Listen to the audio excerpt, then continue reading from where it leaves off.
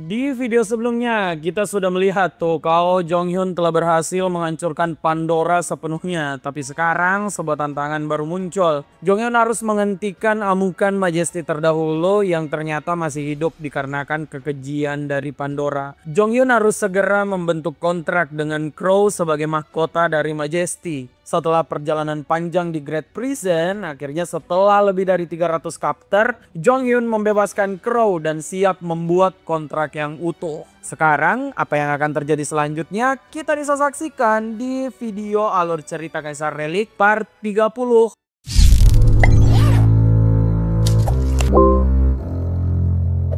Dengan bebasnya Crow dari belenggu Great Prison, Jong Hyun akhirnya bisa menjalin kontrak yang utuh tuh.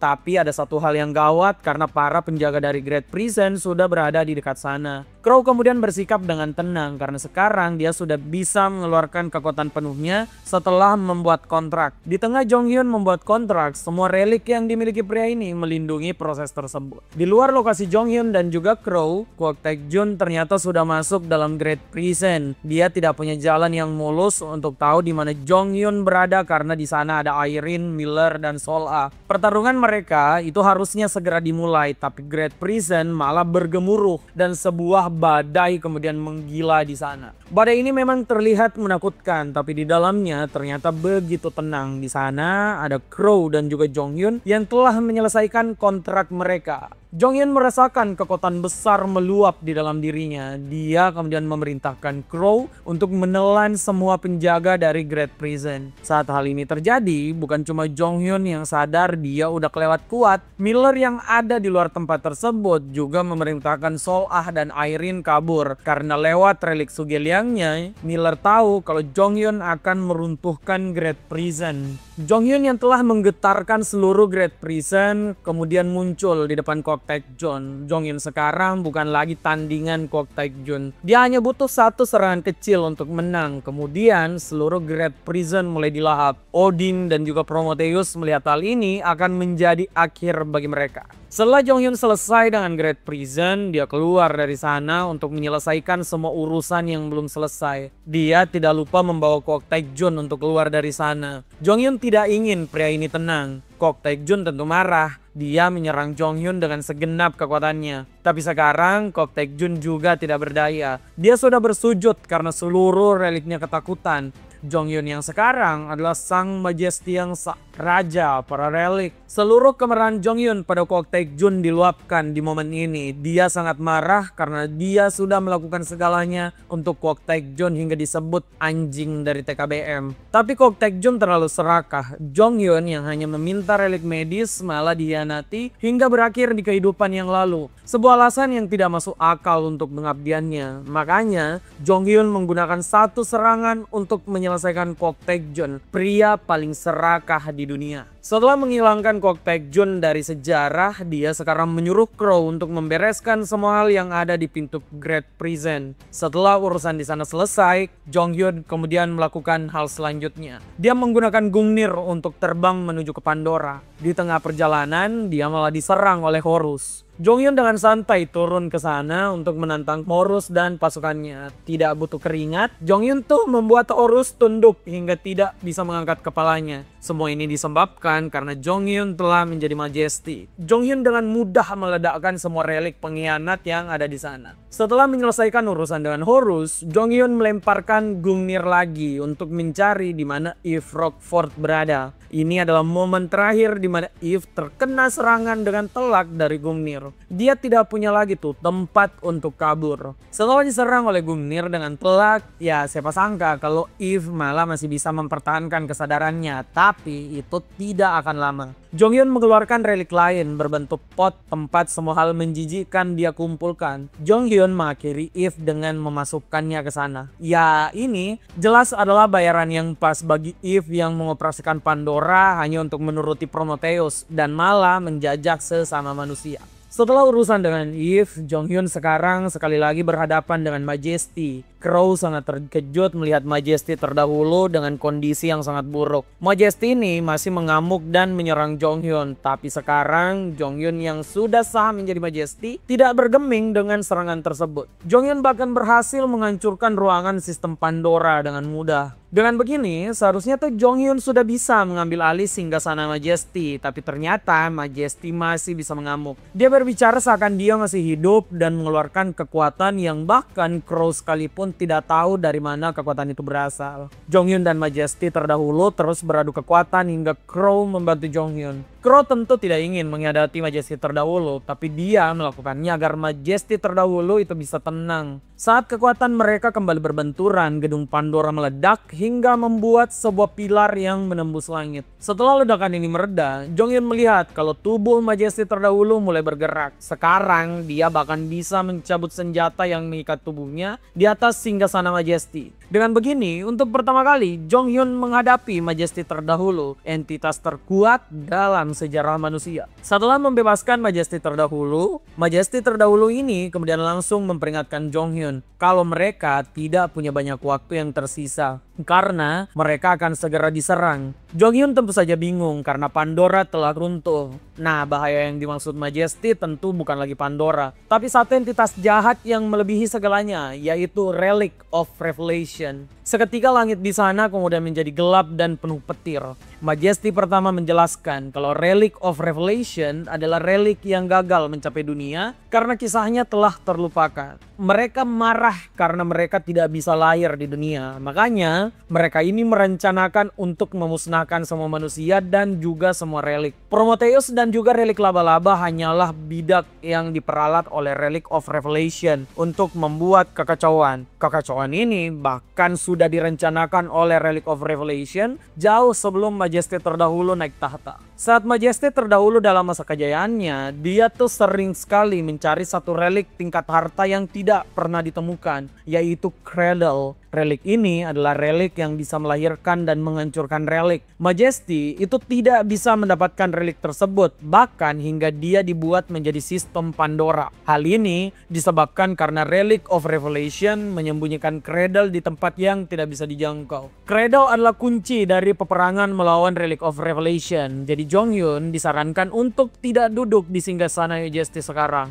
Dia harus menemukan Cradle terlebih dahulu untuk memenangkan pertarungan melawan Relic of Revelation. Jika Jonghyun duduk sekarang, dia hanya akan berakhir sama dengan Majesty terdahulu, hidup dalam kesengsaraan selama ribuan tahun karena Relic of Revelation. Jonghyun memiliki banyak pertanyaan tentang Cradle dan juga Relic of Revelation yang dimaksud oleh Majesty terdahulu, tapi mereka ternyata tidak memiliki banyak waktu. Relic of Revelation telah tiba dan membuat sebuah badai raksasa di sana. Relik ini menargetkan Jonghyun dan menyerangnya tanpa ampun. Jonghyun merasakan tuh kalau jiwanya telah dipisahkan dari tubuhnya. Saat dia telah terbang ke atas langit, Relic of Revelation sudah siap untuk mengakhiri Jonghyun agar tidak ada Majesty baru yang lahir. Di momen ini, untung saja Majesty terdahulu masih memiliki kekuatan. Dia menyelamatkan Jonghyun dari Relic of Revelation dan mengirim Jonghyun ke tempat di mana Cradle berada. Setelah semua yang terjadi, Jonghyun yang baru saja selamat dari Relic of Revelation terbangun. Tidak disangka dia terbangun di kehidupannya yang lalu. Saat dia melihat ponselnya, Jonghyun tahu kalau dia ada di waktu tepat sebelum mereka berakhir dalam jebakan Kwok Taek-jeon. Jonghyun sudah putus asa dengan hal yang menimpanya. Tapi tiba-tiba notifikasi dari Crow muncul. Jonghyun ternyata terlempar ke waktu tersebut, ternyata bukan karena Relic of Revelation, tapi karena Majesty terdahulu. Jonghyun kemudian sadar tuh kalau misinya di sana adalah untuk mencari Cradle, relik yang menjadi awal dan akhir para relik. Jonghyun tahu ini tidak akan gampang karena dia tidak bisa menggunakan semua reliknya. Cuma satu relik tuh yang mengikuti Jonghyun. Siapa lagi kalau bukan Rob. Tapi Rob ternyata tidak memiliki efek apapun. Rob yang sekarang itu tidak memiliki kekuatan dan hanya bisa menjadi sweater. Di momen ini, Jong Hyun tahu kalau dia tidak memiliki banyak pilihan. Dia langsung membuat persiapan mencari cradle. Sayang, saat membuka tempat penyimpanan yang dia ingat, tidak ada satupun relik yang ada di sana. Saat keluar, Jong Hyun malah melihat Jun. Pria ini itu adalah salah satu anggota tim 13 dari Jong Hyun. Di kehidupan di mana Jong Hyun telah menjadi Majesty, dia selalu mencari Jun tapi tidak mendapat jejak apapun tentang pria tersebut. Jun memberi beberapa informasi pada Jong Hyun, utamanya tentang Yoo Jae-ha yang bertingkah aneh hari itu. Jong Hyun sudah menebak kalau Jae-ha yang jadi raja penipu di kehidupan itu sudah jelas membawa kabur semua relik timnya. Jong Hyun bergegas keluar mencari Jae-ha, tapi malah dia mendapatkan Chloe dan Sol-a yang berdebat dengan pegawai TKBM. Sol-a dan Chloe ternyata sedang mendebat pegawai TKBM tersebut karena pria ini mengurangi relik dari tim 13 Jong Hyun, padahal mereka akan segera melakukan raid. Jong Hyun datang di sana dan membuat keributan. Dia menuntut kalau relik timnya harus segera ditambah karena bagaimanapun timnya lah yang paling berjasa di TKBM. Setelah Jong Hyun marah, persoalan tentang relik ini juga selesai. Dia tinggal mencari Yoo Jae-ha.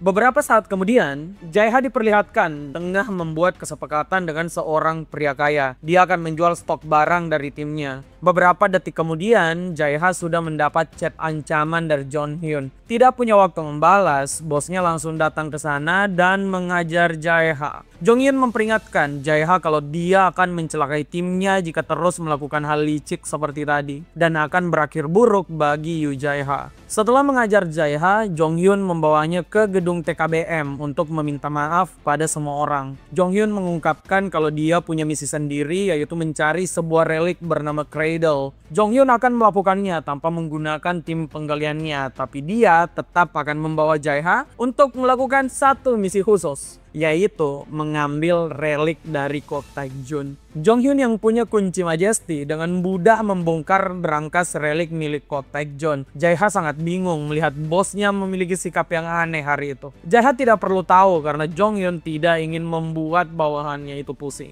Dari Jong Hyun, kita balik ke dimensi lain di mana Jong Hyun sudah menjadi Majesty. Majesty terdahulu masih terus bertarung tuh dengan Relic of Revelation. Sekarang bebannya mulai berkurang karena Crow juga terlibat dalam pertarungan tersebut. Majesty terdahulu bahagia karena melihat Crow masih setia padanya. Namun ternyata Relic of Revelation juga sudah bersiap akan hal itu. Mereka membuat sebuah serangan yang tidak terduga dan bisa meledakkan lokasi dari Majesty terdahulu dan juga Crow. Di tengah hal yang terlihat buruk ini, siapa sangka kalau tubuh Jong Hyun bergerak dengan sendirinya untuk menahan serangan Relic of Revelation. Hal ini membuat relik jahat tersebut panik karena Jong Hyun ternyata sudah dekat dengan Cradle. Kembali ke posisi Jong Hyun, dia sudah selesai mengambil relik dari berangkas Kwok Taek-jun. Sebuah berita kemudian muncul memberitakan kalau ada sebuah makam aneh yang terbuka di Amazon. Belum lengkap membacakan berita, hal aneh malah terjadi pada reporter beritanya yang tiba-tiba seperti keracunan. Jong Hyun sadar kalau itu adalah sindrom relik yang makin parah dan harusnya belum terjadi sekarang. Notifikasi gagak kemudian muncul dan menyatakan ternyata Relic of Revelation coba mengubah waktu di tempat Jong Hyun berada. Dengan begini Jong Hyun langsung mengajak Yoo Jae-ha untuk bergegas. Kondisi yang gawat ini membuat Jong Hyun ingin membawa semua krunya mencari Cradle. Makanya dia sempat kembali ke TKBM. Tapi Jong Hyun hanya menemukan Jun.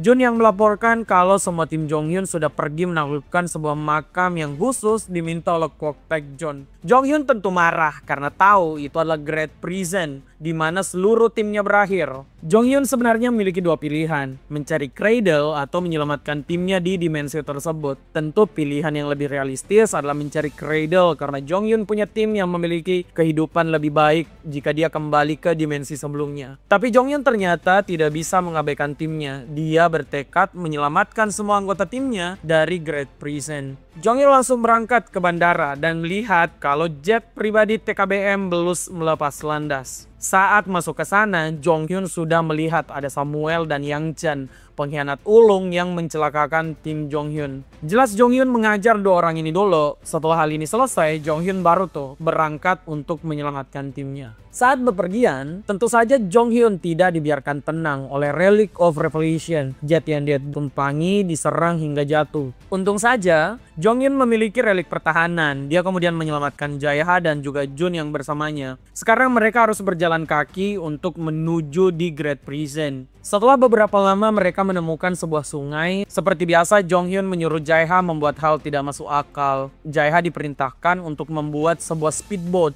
Meski menggerutu, Jae-ha memang bisa diandalkan karena dia berhasil membuat sebuah speedboat dengan mudah. Mereka bergegas berangkat ke Great Prison, tapi baru setengah jalan mereka malah diserang dan sekarang gawatnya lagi, Jun malah ditangkap oleh seekor gurita raksasa. Hal ini tentu saja berbahaya tuh, makanya Jonghyun ingin melompat ke sana untuk menyelamatkan Jun. Sebuah hal ajaib kemudian terjadi. Rambut Jun berkilau emas dan dia menghancurkan sebuah relik yang menyerang mereka. Jun tenang keluar dari air, bahkan dia tidak basah. Jun bahkan bisa melangkah di atas air. Kemampuan Jun ini tentu bukan karena dia shinobi dari Konoha seperti Naruto. Tapi Jun kemudian mengaku kalau dia adalah Cradle, relik tingkat harta yang sedang dicari oleh Jonghyun. Jun langsung membuka sebuah portal yang bisa mengembalikan Jonghyun ke tempat asalnya. Tapi Jonghyun ternyata ingin waktu lebih lama. Dia ternyata tidak ingin meninggalkan timnya di dalam Great Prison untuk mendapatkan celaka. Jun di sini mengaku kalau kesempatan itu adalah kesempatan terakhir Jonghyun untuk kembali ke dimensi sebelumnya. Ternyata Jun hanya bisa membuka portal tersebut satu kali. Jonghyun sangat marah karena dia tidak menyangka tuh hal yang paling dia cari malah akan memberikan pilihan berat, kembali ke tempat Jonghyun atau tetap di sana menyelamatkan timnya yang lain. Jonghyun sudah mengambil pilihan. Dia akan menyelamatkan timnya dulu, lalu mencari cara membuka gerbang dimensi tadi meski Jun mengatakan itu hal mustahil. Perjalanan ketiganya pun dilanjutkan. Mereka sudah sampai di pintu Great Prison dan mereka akan masuk menyelamatkan semua orang. Lalu, bagaimana Jonghyun akan melakukan semua hal yang sekarang terjadi? Mulai dari menyelamatkan timnya di Great Prison, hingga dia juga sekarang pasti bingung bagaimana membuka portal untuk kembali ke dimensinya sendiri. Ya, untuk tahu jawabannya, kita tunggu saja sampai esok hari. Untuk sekarang, terima kasih sudah menonton dan sampai jumpa. Jangan lupa like, share, dan subscribe obrolan isekai.